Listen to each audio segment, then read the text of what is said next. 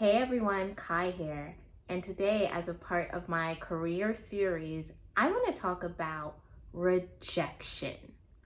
You heard me, rejection. This is such a tough topic for me to discuss, especially now, because I still have trouble and struggle with rejection. I don't take it well, but I've been rejected from a lot of things throughout my life. And I'm going to discuss all of that, everything today. But I'm also going to share my rationale for rejection as well.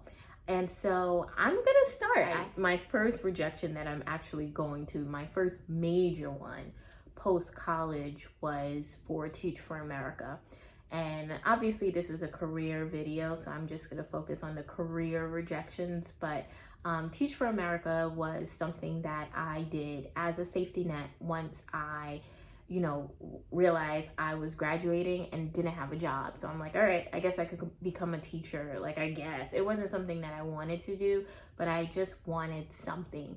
And that's actually, Teach for America was how I found out how much student loans I had, which is a whole other story that eventually I will go into in another video. But Teach for America was basically an opportunity for me to teach for a couple of years in the inner city of, maybe New York, maybe Philly, and to teach, become a teacher. And obviously that was not in my cards. I did get to the third round, and I remember doing a lesson on the id, ego, and superego. And apparently I bombed it so much that I was not accepted. And I am so grateful. While I love my fellow teachers out there and I appreciate y'all are the real MVPs. Me working with kids all day, every day, I don't think that's a passion point, and I don't know if that was something that I wanted to do. So I'm kind of happy that that rejection happened using hindsight, but at the time I was like freaking out because I literally didn't have a job. Another time I was rejected was when I finally did get my first job, and guess what? Didn't like it. After about a year, I wanted to leave, and so I applied to this position at this organization called Open Society. It's a human rights organization led by George Soros. He founded the organization.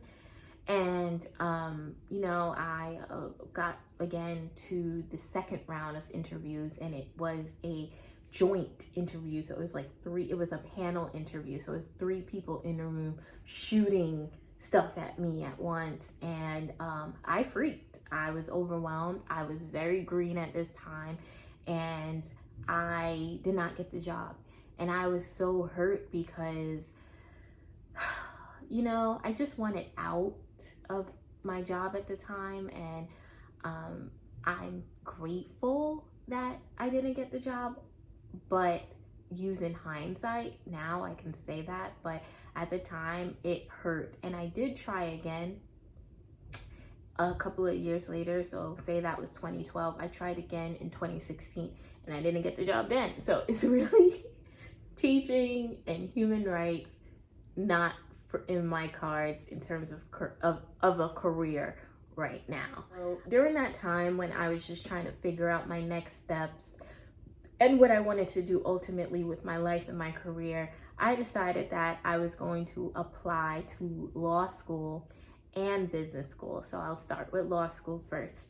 Law school around 2012, I just wanted out of my first job, and so I was like, the plan was for me to go to law school. And so I did apply to law school. I took the LSAT. I did horrible on the LSAT. I barely studied. My mom paid for me to go to Kaplan and Princeton Review because she really wanted me to be a lawyer. And I'm so sorry, Mom, but I did not take it seriously at the time. It was just not something that I wanted to do. And so I did horrible, horrible on the LSAT. And I applied, and it's funny because when I just moved, I found my rejection letters. And these are letters that I keep as a reminder to always chase after your dreams and not the dreams of others for you. And so I had all of these rejection letters. They, not all, I didn't apply to a lot of law schools, but every law school I applied to did not accept me. It was actually, that rejection I took really well, because it would catapult me into what I ultimately wanted to do, even though I had no idea what that would be. And so around 2016, I had two very pivotal points in my career journey, that 2012, 2011, and that 2016 mark. And in 2016, I was so desperate to figure out what it is, because by now I'm at my first job that I didn't want to be at in 2012. I'm still there in 2016. So I'm like, all right, well, I've been in the financial world for 4 years now. Might as well go to business school. And so Baruch was having like open enrollment, open admissions. And so I went one day and listened to a whole bunch of lectures of what it's like to be a business student at Baruch, getting my MBA. And a lot of people don't know this, but it was like same day acceptance or something like that. And I didn't get accepted because I was not a heavily in math in college. Like, I didn't do a lot of math courses. I did the very basic, and that was it. I'm more of like a liberal arts, writing, English type person. So they were looking for hardcore business courses like statistics and all of that stuff, math courses. And I'm like, yeah, no. And they're like, well, you kind of need to do more of that so we can see that you can actually succeed. And so I got rejected. And I took that really hard, actually. I didn't take the law school rejection hard, but I took this hard because I didn't know what was coming around the corner of that rejection. But I was so desperate. And for me, I kind of saw it as, I'm going to be at this job forever. I'm going to be an assistant forever. I didn't think of it like there is something bigger, bolder, better just for you around the corner. And so I took that hard. I remember crying, walking down the street, crying, feeling like a failure, and just like so devastated. Hindsight is 2020, right? And so for me, I now look at rejection as it wasn't God's will for me. Like, he closed those doors for a reason. Because to me, when it's God, sometimes it's really easy and seamless, and you're like in awe by how seamless it is. And all of those doors were closed because that's not where God wanted me to go. Those weren't the industries or the careers he was setting me up for. He was setting me up for what I really, really was passionate about. And that's what I'm doing now in the media world, is what I always dreamed of. And that was probably his way of saying, Kaidi, why are you settling? I have so much more for you.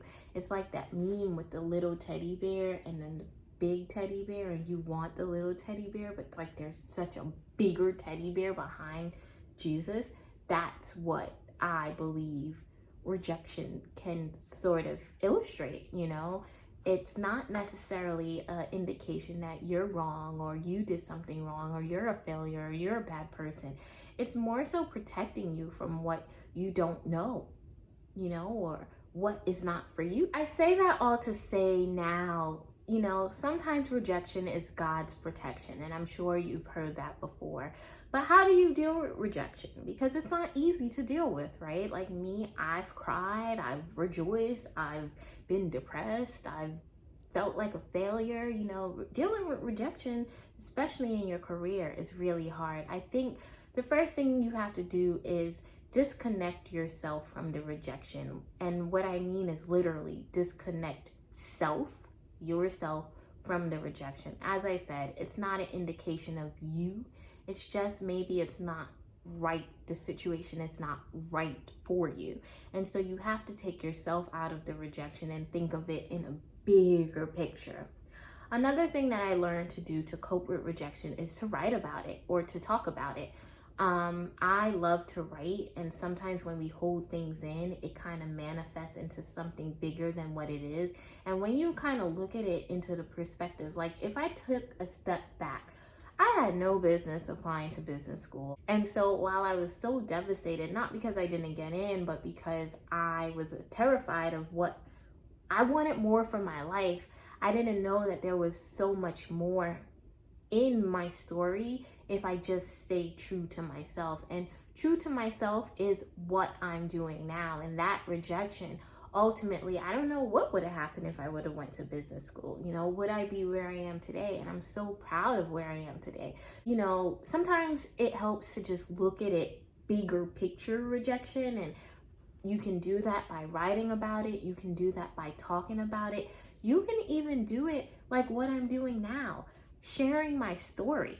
Rejection doesn't have to be a shameful thing. Like, yes, I've been rejected. There's no shame in it. We all get rejected. It happens to the best of us. What the real testament is, what do you do after that rejection? How do you pick yourself up? How do you recover and rebound from that? And that's the real testament. And that's what we all have to think through. How do we come back better, stronger, wiser, and stay true to what we truly want, you know, and not settle out of desperation? So that is my story of rejection. I hope it encouraged you as you go through your career ups and downs. And tell me, have you ever been rejected? What do you do? What's your coping methods? All right, I'll talk to you later. Bye.